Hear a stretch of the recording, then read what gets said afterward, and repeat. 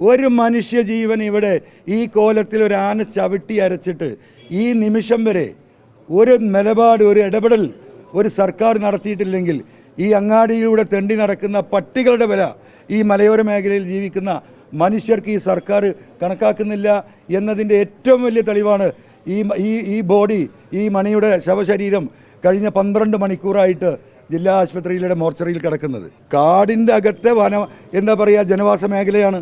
സ്വാഭാവികമായിട്ടും ആ റോഡിന് ഇരു കരകളിലുമുള്ള കാടുകൾ, അടിക്കാടുകൾ കാലാകാലം വെട്ടിക്കൊടുക്കുന്നതാണ്.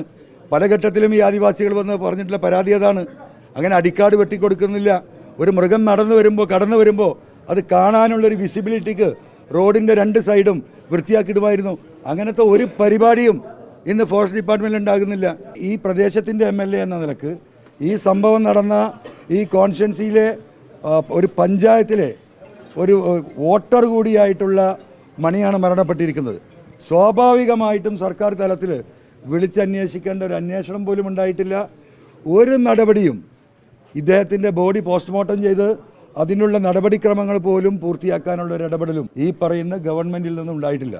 അതുകൊണ്ട് ജനങ്ങളെ സംബന്ധിച്ച് നമുക്കറിയാം, നിരന്തരമായിട്ട് ഈ എന്താ പറയുക വന്യമൃഗശല്യം നിലമ്പൂർ അങ്ങാടിയിൽ വരെ ആന വന്നു. ഉത്തരവാദിത്തപ്പെട്ട ഉദ്യോഗസ്ഥന്മാർ ഉടനടി ആ സമയത്ത് അവിടെ വാഹനം എത്തിച്ച് മണിയെ ആശുപത്രിയിൽ എത്തിച്ചിരുന്നെങ്കിൽ ഒരുപക്ഷെ അവൻ്റെ ജീവൻ രക്ഷിക്കാൻ സാധിക്കുമായിരുന്നു. വലിയ പരിക്കില്ല മണിക്കുണ്ടായ മരണത്തിന് കാരണം ചോര വാർന്നിട്ടാണ് അദ്ദേഹം മരണപ്പെടുന്നത്.